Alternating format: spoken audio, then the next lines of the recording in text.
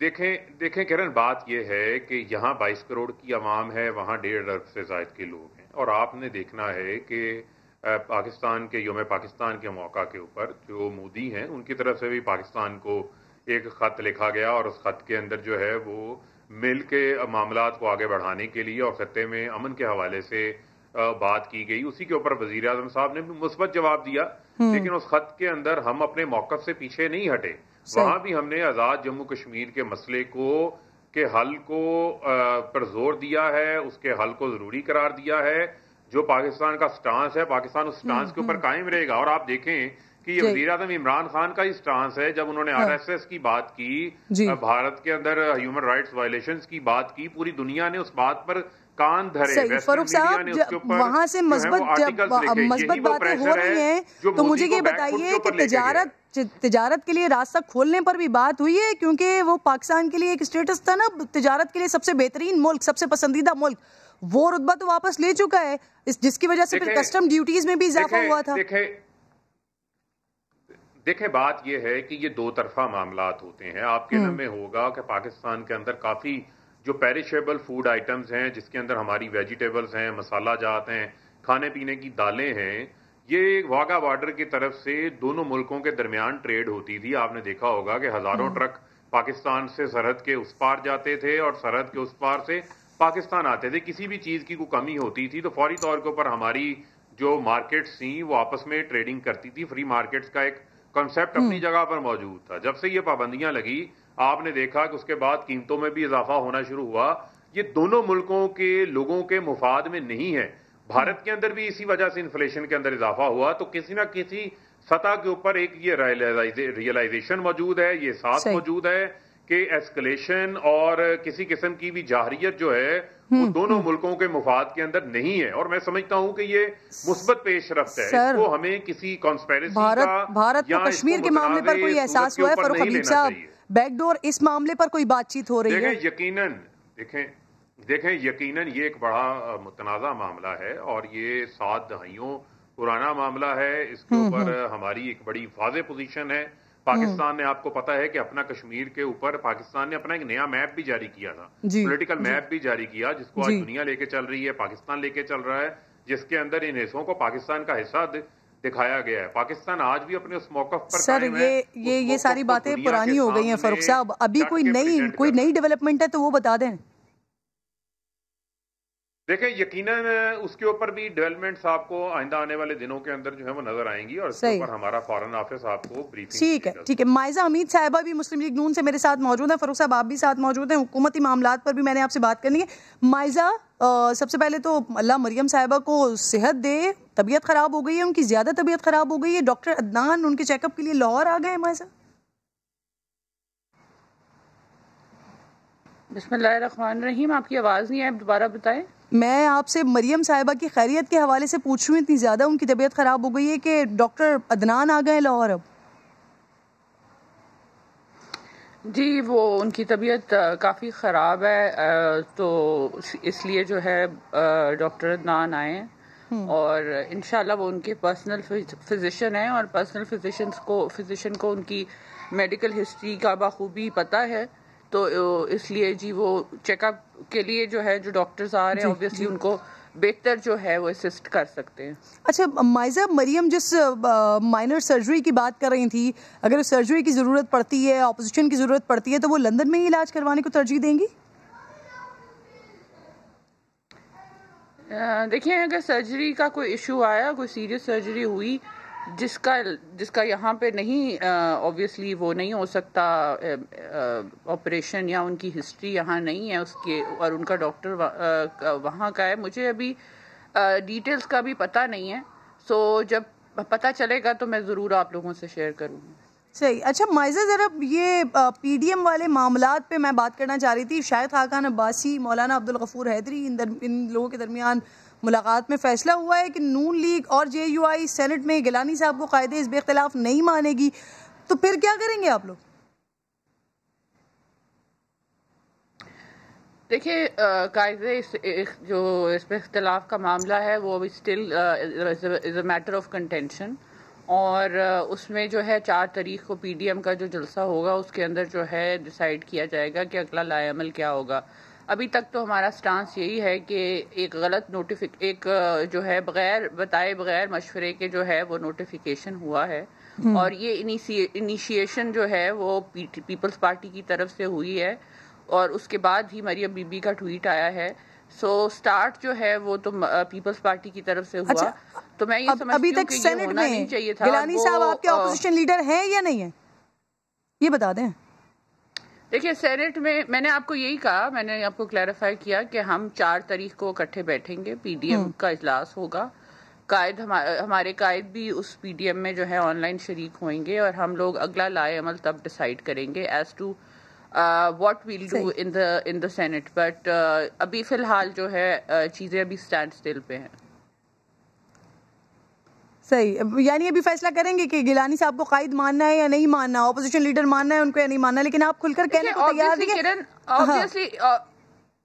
دیکھیں obviously کرن, جب ہم نے پی ڈی ایم کے ساتھ ایک جو ہے میوچولی بیٹھنے کا, میوچولی اکٹھے ہونے کا, میوچولی جو ہے وہ جلسے کرنے کا, میوچولی جو ہے وہ اسٹریٹ ایجوٹیشن کی بات کی تو ہم نے سب کچھ اکٹھا کیا اور وہ اس کانٹریکٹ کو ہم نے کبھی اس طرح, حالانکہ وہ ریٹن کانٹریکٹ نہیں ہے لیکن اس کو ہم نے کبھی جو ہے اس میں کبھی کوئی بات چھپائی نہیں یا پیچھے سے نوٹیفیکیشن نہیں کی. اگر پیپلز پارٹی نے کی ہے تو obviously اس کا جو ہے جماعتیں یہ فیصلہ کریں گی کہ اب کرنا کیا ہے آگے.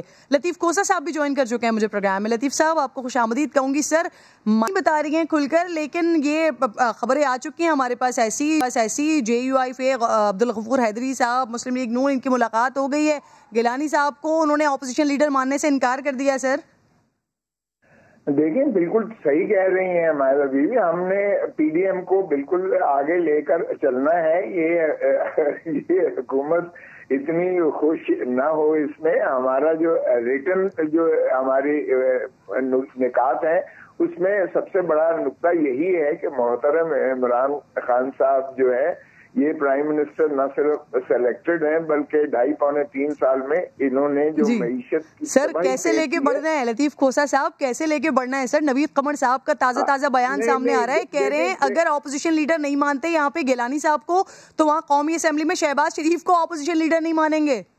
آپ لوگ کیسے بڑھیں گے آگے؟ چیزیں جو ہے وہ ہمارے ثواب دید پر نہیں ہے اس وقت. شہباز شریف صاحب جو ہے ان کا عددی برتری تھی قومی اسمبلی میں, ہم نے بالکل انہیں مانا, منوہن مانا اور وہ نوٹیفائی ہو چکے. حمزہ شہباز شریف پنجاب میں بالکل ان کی بڑی جماعت کی عددی برتری تھی, ہم نے مانا, ہم نے بالکل انہیں تسلیم کیا, آج بھی تسلیم کرتے ہیں.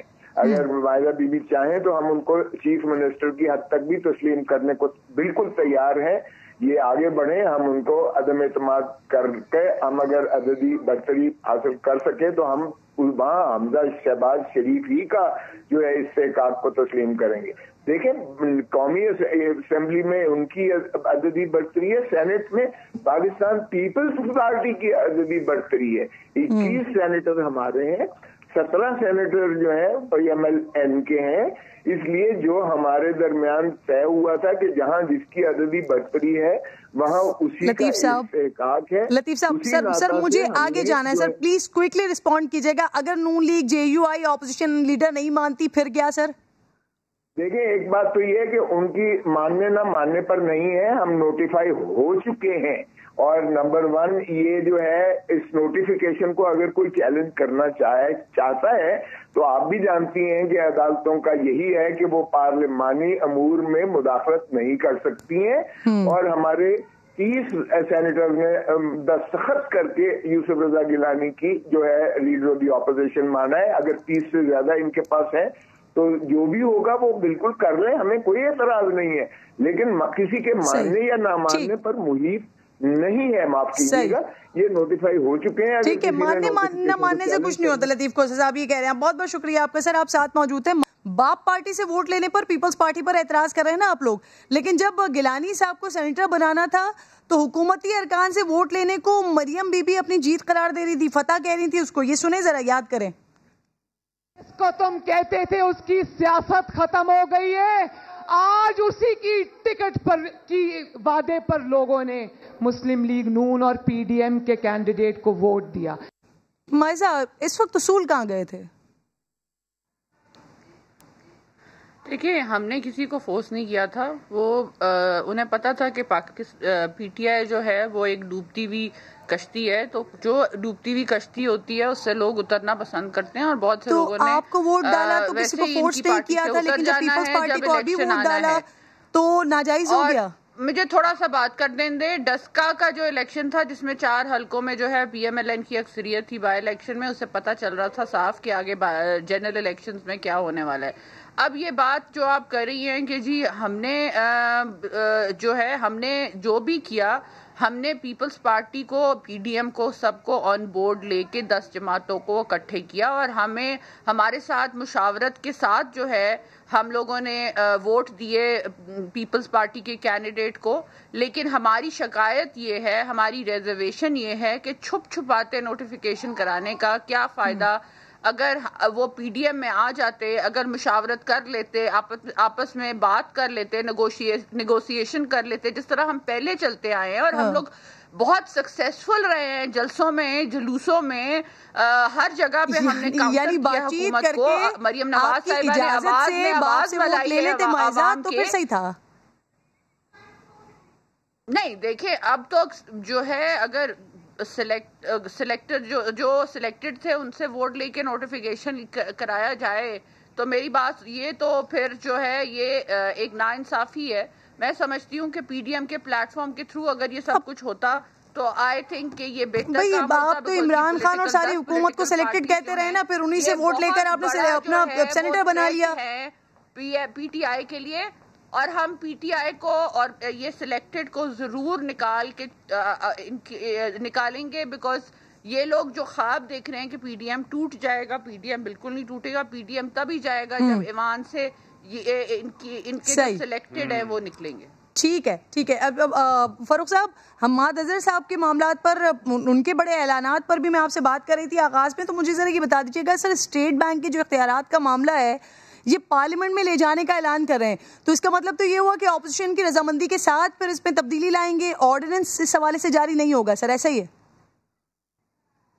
صرف میں ایک کامنٹ کرنا چاہتا ہوں جی پی ڈی ایم کے اوپر. وہ کہتے ہیں رسی جل گئی لیکن بل نہیں گیا. سر آپ لوگوں کو ضرورت نہیں کامنٹ کرنے کی, خود ہی معاملات دیکھ تو رہے ہیں آپ. سن تو لینا. بات یہ ہے ہمارے پاس تو سوائے ان کے معاملات کے اوپر ہنسنے کے علاوہ اور تو کچھ نہیں ہے. ہم سے لڑتے لڑتے یہ آپس میں لڑ پڑے ہیں. حکومت کو سلیکٹڈ کہتے کہتے ایک دوسرے کو سلیکٹڈ بنا لیا, اور اب ایک دوسرے کے خلاف جو ہے وہ سچ بول رہے ہیں. کہاں گئی وہ نوٹوں والی کہانی, کہاں گئی وہ ٹکٹوں کا لالچ؟ اب تو رسوا ہو چکے ہیں نا. وہ کہتے ہیں رول تو گئے ہیں پر چس بڑی آئی. میری بات کا جواب بھی تو دیں, اسی اپوزیشن کی ضرورت پڑے گی ابھی لیجسلیشن کے لیے آپ لوگوں کو. میں آپ کی بات پر آ رہا ہوں. دیکھیں میں آپ کی بات پر آ رہا ہوں. دیکھیں پہلی بات تو یہ ہے کہ پاکستان کا جو اسٹیٹ بینک ہے اس نے پچھلے 1 سال کے اندر 1000 ارب روپے کا جو انہوں نے پروفٹ شو کیا ہے. حکومت ان سے کوئی قرضے نہیں لے رہی, نوٹ وہ نہیں چھاپ رہے, اور پاکستان کے معیشت کے حوالے سے ایک ریگولیٹر کا بہترین کردار ادا کر رہے ہیں. جہاں تک رہی قانون سازی کے حوالے سے بات, تو یقیناً ہم اس کو پارلیمان کے سامنے لانے کو تیار ہیں, اور پارلیمان کے اندر ہم چاہتے ہیں اس کے اوپر مثبت ڈیبیٹ ہو. اسی طرح ہم اپوزیشن سے یہ بھی چاہتے ہیں کہ اب تعمیری کردار ادا کریں. جو آپ تنخواہیں لے رہے ہیں فاروق, جس طرح سے الیکشن کمیشن میں آپ اپنی شکایات لے کے گئے, چیزیں لے کے گئے, پچھلے دنوں بڑی تعریفیں ہوتی رہی ہیں. اب آپ کے حوالے سے نام آ رہا ہے ایسا کچھ کہ وزیر مملکت کے لیے سوچا جا رہا ہے, آپ کا نام فائنلائز کیا جا رہا ہے, بات ہوئی ہے اس حوالے سے آپ کی کوئی؟ دیکھیں میرے ساتھ تو کسی نے کوئی آفیشلی اس حوالے سے جو ہے وہ بات نہیں کی, لیکن میں سمجھتا ہوں کہ وزیر اعظم عمران خان صاحب کے پاس اختیار ہے.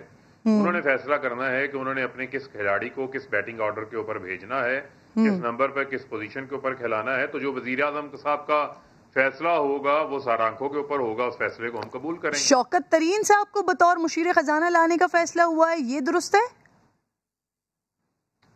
دیکھیں اس حوالے سے میرے پاس ذاتی طور کے اوپر تو کوئی ایسی اطلاعات نہیں ہے. جب ایسی چیز ہوگی تو وہ بھی سامنے آ جائے گی. شوکت ترین صاحب ایک اچھے اکانومسٹ ہیں, ان کی اچھی گرپ ہے اپنے سبجیکٹ کے اوپر, لیکن میں سمجھتا ہوں کہ جو وفاقی وزیر حماد اظہر صاحب ہیں، ایک ٹیکنیکل معاملہ بھی ہے کہ آپ کسی کو ایڈوائزر کو اب وفاقی وزیر نہیں بنا سکتے، وہ اپنے طور کے اوپر تو کام کر سکتے ہیں، ای سی کی میٹنگز کو بھی چیئر کرنا ہے.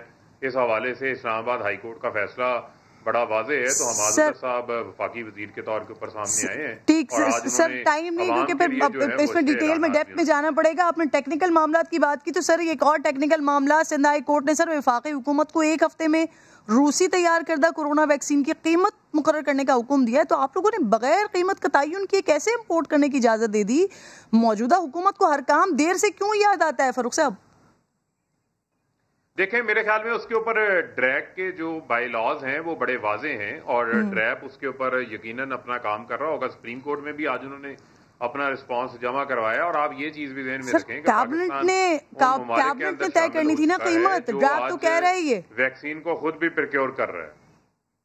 دیکھیں بات یہ کہ اگر کیبنٹ میں یہ چیزیں گئی ہیں، اور کیبنٹ نے آئی تھنک ان چیزوں کو پہلے بھی دیکھا ہے، اگر اس کے اندر سپریم کورٹ کسی بہتری کے حوالے سے بات کر رہی ہے تو اس کو کیبنٹ جو ہے وہ ریویو کر لے گی، ریویو کر کے یہ پرائیویٹ سیکٹر کے اندر بھی آ جائے گی. اس میں ہائی کورٹ کی اگر آپ بات کر رہی ہیں، ہائی کورٹ کی جو بھی سفارشات ہوں گی وہ سر آنکھوں پر، ہم اس کا احترام کرتے ہیں. ان چیزوں کو اگر کیبنٹ نے دیکھنا ہے تو کیبنٹ ضرور ان کو. سر مجھے کوئکلی آگے بڑھنا ہے، آخری سوال کر رہی ہوں فاروق آپ سے.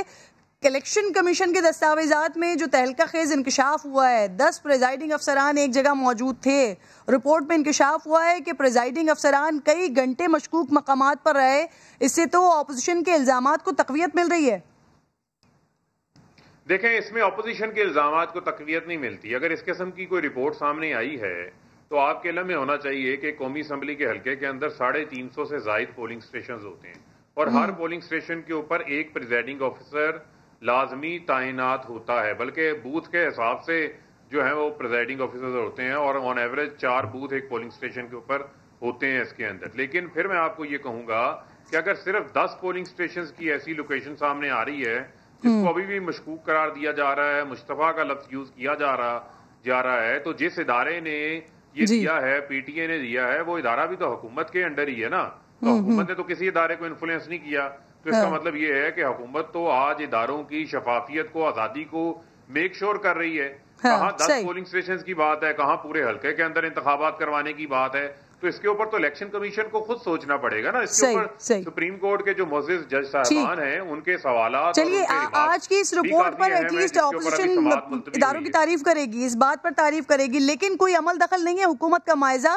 اگر لوگوں کو اٹھایا بھی گیا ہے، مشکوک مقامات پر رکھا بھی گیا ہے، تو حکومت کا کوئی عمل دخل نہیں ہے اس میں.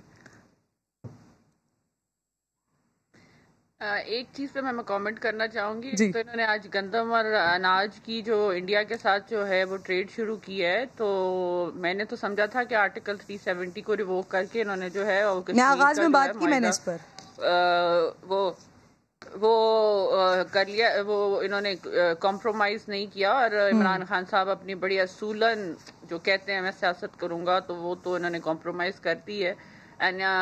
پورے ملک کے لیے شرم کا مقام ہے. اس کو جسٹیفیکیشن اس کو کسی قسم کی جسٹیفیکیشن جسٹیفائی نہیں کرتی. دوسری بات یہ ہے کہ جو ڈسکا کا الیکشن ہے اس میں آپ مجھے بتائیں کہ جو پریزائڈنگ آفیسرز ہیں وہ غائب ہو جائیں، اور ایڈمنسٹریشن کس کی ہے؟ بزدار حکومت کی، بزدار سرکار کی.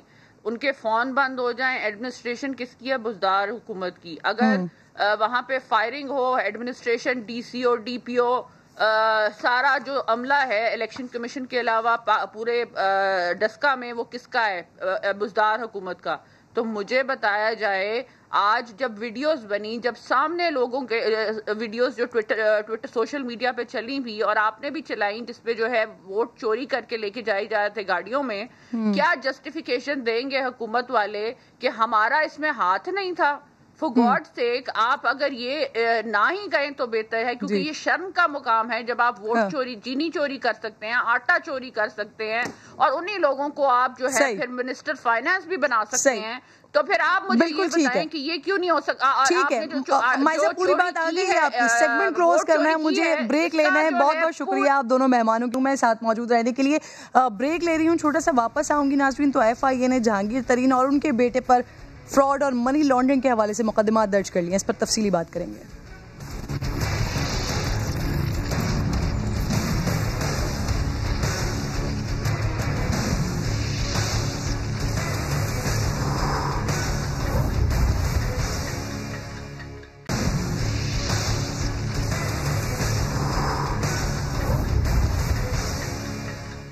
ایک بار پھر خوش آمدید کہوں گی ناظرین. شوگر اسکینڈل تحقیقات میں بڑی پیش رفت سامنے آئی ہے. ایف آئی اے نے جہانگیر ترین پر مبینہ فراڈ اور منی لانڈرنگ کے الزامات لگا کر جے کے ٹی، ان کے بیٹے علی ترین اور داماد کے خلاف 2 مقدمات درج کر لیے ہیں. ایف آئی آر کے مطابق جہانگیر ترین کی کمپنی جے ڈی ڈبلیو نے دھوکے سے 3 ارب 14 کروڑ روپے فاروقی پلپ ملز لمیٹڈ کو منتقل کیے جو ان کے داماد کی ملکیت ہے.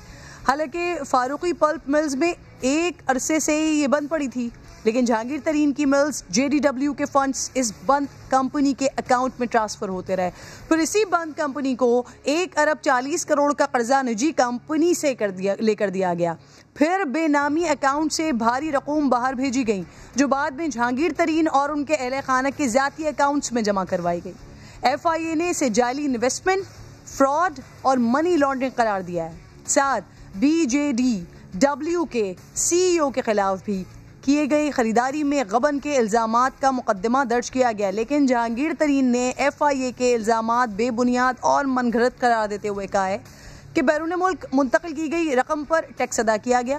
تمام شیئرز قانون کے مطابق منتقل کیے. بیٹے کے تمام اثاثے قانونی ذرائع سے بنائے گئے جو ڈکلیئرڈ ہیں. ایک اور اہم معاملہ بھی ناظرین جس میں جہانگیر ترین کا نام آ رہا ہے، شوگر اسکینڈل کے حوالے سے پکڑے گئے سٹے باز خرم عرف دوائی نے بھی یہ اعتراف کیا ہے کہ بہت سی شوگر ملز نے خفیہ بینک اکاؤنٹس کھول رکھے ہیں اور جہانگیر ترین کی ملز کے بھی سٹے بازوں سے رابطے ہیں. اویس توحید صاحب مجھے پروگرام میں جوائن کر چکے ہیں اس معاملے پر تجزیے کے لیے. بہت بہت شکریہ اویس صاحب آپ کا. سب سے پہلے تو یہ کہیے، سینٹ الیکشن میں حکومتی شخصیات کے جہانگیر ترین سے رابطے اور ان سے مدد مانگنے کی باتیں بھی سامنے آتی رہیں، لیکن ہمیں جہانگیر ترین صاحب ایکٹیو نہیں دکھائی دیے اور اب ان کے خلاف سنگین نوعیت کے مقدمات درج ہو گئے ہیں. شہزاد اکبر صاحب سے جب اس حوالے سے سوال ہوتا ہے، وہ کہتے ہیں کہ کیا جے کے ٹی کا نام ای سی ایل میں ڈالا جائے گا، تو وہ جواب دیتے ہیں کہ آپ کو وہ کیا جواب دیتے ہیں، سنیے ذرا پہلے ان کی بات. ای سی ایل میں نام ڈالنے کے لیے یہ جو تفتیش کرنے والا محکمہ ہے، چاہے وہ ایف آئی اے ہے یا کوئی اور ہے، اگر ایف آئی اے کرے گی کسی کو بھی وہ ای سی ایل پہ ڈالنا چاہتی ہے تو اس میں کوئی رکاوٹ نہیں ہوگی. اس کو فوری طور پہ ان کے پاس اختیار ہے، وہ اس کو بلیک لسٹ میں بھی ڈال سکتے ہیں. ویسا تحقیقات پر اثر انداز نہیں ہوں گے. تاثر تو یہی مل رہا ہے کہ جے کے ٹی کا نام ای سی ایل میں ڈالنا خارج از امکان نہیں ہے. کیا جہانگیر ترین گرفتار بھی ہو سکتے ہیں؟ کیونکہ ایف آئی آر انہیں 6 بار ذاتی حیثیت میں ایف آئی اے طلب کر چکا ہے. ان کی کمپنی کے سی ای او تو پیش ہوتے ہیں لیکن ترین صاحب خود نہیں آتے. سیاسی اثرات کیا ہو سکتے ہیں سر اس کے؟ جی کرن تھینک یو. دیکھیے جہانگیر خان ترین صاحب کی جو شوگر اسکینڈل میں جب نام آیا تھا تو ہم سمیت سارے ہی لوگوں نے پورے ملک کے اندر پذیرائی ہوئی تھی عمران خان صاحب اور ان کی حکومت کی کہ دیکھیے اپنے دستے راست کا جو ہے ان کو بھی نہیں چھوڑا اور ان کا نام بھی آیا. پہلی دفعہ شوگر اسکینڈل کی پوری رپورٹ جو ہے وہ ریلیز کی گئی تھی، لیکن اس کے بعد جب جہانگیر خان ترین صاحب چلے گئے انگلینڈ اور تو پھر ان ایکشن نہ لینے کی بنیاد پر بھی حکومت اور عمران خان صاحب کو تنقید کرنا پڑا تھا. میں یہ سمجھتا ہوں کہ سینٹ انتخابات سے قبل کا جو ایک معاملہ تھا رکھا ہوا تھا وہ ان ایکشن ہوا ہے، وہ ایکٹیو ہو گیا ہے، جو کہیں نہ کہیں ڈورمنٹ تھا. اور واجد ضیاء صاحب جو ہیں وہ خود بڑا نام ہے تحقیقات کے حوالے سے، تو وہ بھی ظاہر بات ہے ایف آئی اے کو ہیڈ کر رہے ہیں اس وقت. اور شہزاد اکبر صاحب کی جو آپ نے سنائی، شہزاد اکبر صاحب کا جہانگیر ترین صاحب کے ساتھ ایک اگر مجھے صحیح یاد ہو تو نوک جھوک بھی رہی ہے اور بیانات کا ایک سلسلہ بھی رہا ہے. پھر عمران خان صاحب کے بھی ساتھیوں میں ایسے لوگ ہیں جو جہانگیر ترین صاحب کو شروع سے یا ان کی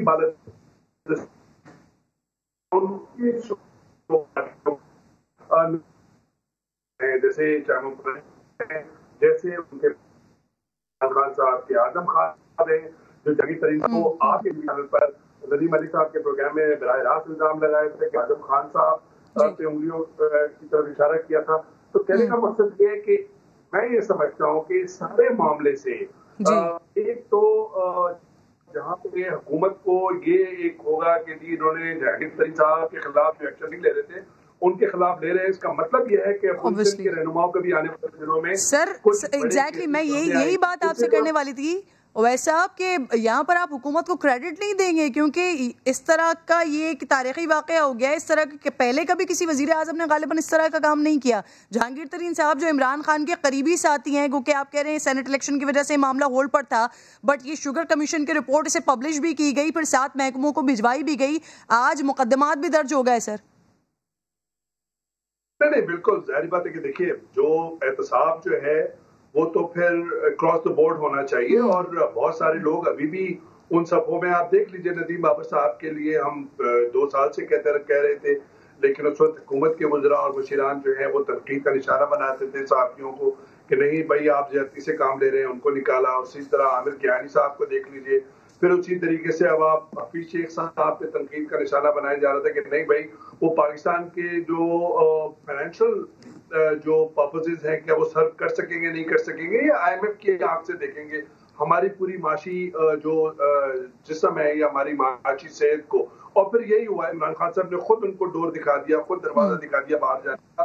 کہنے کا مقصد یہ ہے کہ ابھی بہت کچھ باقی ہے عمران خان صاحب کے کیمپ میں درست کرنے کا، اور اس کیمپ کے اندر بہت سارے اونٹ جو ہے وہ اس وقت جمع ہے جو سنبھالنے کی جگہ نہیں ہے، تو اس وقت تو بہت زیادہ دیکھنے کی گنجائش. لیکن ایک بات میں آپ سے کہوں کہ جو مجھے لگ رہا ہے سینٹ کے انتخابات میں جو میری جو بات چیت ہوئی ہے، جو مجھے لگ رہا ہے not on the base of information جو ہیئر سے، اس میں 2 اکاؤنٹس مل رہے تھے عمران خان صاحب کے حوالیوں میں یا کیمپ میں. ایک تو یہ تھا کہ جہانگیر ترین صاحب شروع کے اندر ذرا ایکٹیو ہوئے تھے، لیکن جب انہوں نے دیکھا کہ عمران خان صاحب کا کولڈ شولڈر ہے تو انہوں نے پیچھے ہٹ گئے. وہ دوسرا یہ ہے کہ عمران خان صاحب کے کان اور مزید بھرے گئے ہیں کہ احمد محمود خان صاحب بڑی سیاسی شخصیت ہے جنوبی پنجاب کی، جن کے ساتھ براہ راست رشتہ داری ہے جہانگیر خان ترین صاحب کی، ان کے ذریعے کہیں نہ کہیں گیلانی صاحب کے لیے کچھ حمایت جو ہے وہ جہانگیر ترین صاحب نے براہ راست یہ بالواسطہ مانگی. یہ الزام لگایا اور اس طرح کی انفارمیشن عمران خان صاحب کو دی جو ہماری اطلاعات ہیں. اس کا مطلب ہے جہانگیر خان ترین صاحب کا سیاسی کیریئر اور ان کے خاندان کا اب نام آ رہا ہے. داماد اور بیٹے کا اس کا مطلب اختلافات مزید بڑھیں گے، اور خدشہ یہ ہے کہ آنے والے دنوں میں اگر یہ لمبا فاصلہ ہوا اور یہ فاصلہ کم نہیں ہوا عمران خان صاحب اور جہانگیر ترین صاحب کے درمیان، تو پھر زرداری صاحب کوشش کریں گے کہ ان کو آگے چل کے فیوچر کی سیاست میں. چلیے سر، حکومت کو کریڈٹ جاتا ہے اس بات کا، اب امید کی جا سکتی ہے. خسرو بختیار بھی ہیں، مونس الہی بھی ہیں، وہ ان کی مزید چیزیں تحقیقات کب سامنے آتی ہے. بہت بہت شکریہ. پروگرام میں آپ سے بریک لے رہی ہوں ناظرین. بریک کے بعد واپس آؤں گی تو طارق بشیر چیمہ صاحب، علی امین گنڈا پور صاحب، بڑی تنقید ہو رہی ہے سوشل میڈیا پر، ان کے حوالے سے خود گلٹی فیل کر رہے ہیں، کیا موقف ہے ان کا، بات کریں گے بریک کے بعد.